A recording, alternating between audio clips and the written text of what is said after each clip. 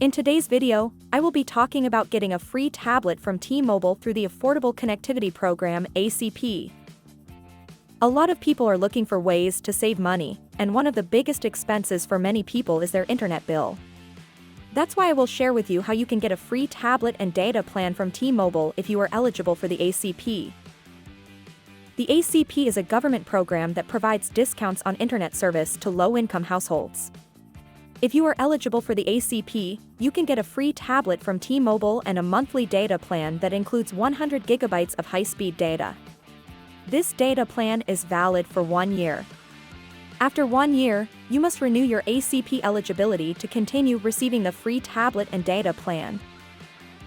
Your household income must be at or below 200% of the federal poverty guidelines to be eligible for the ACP.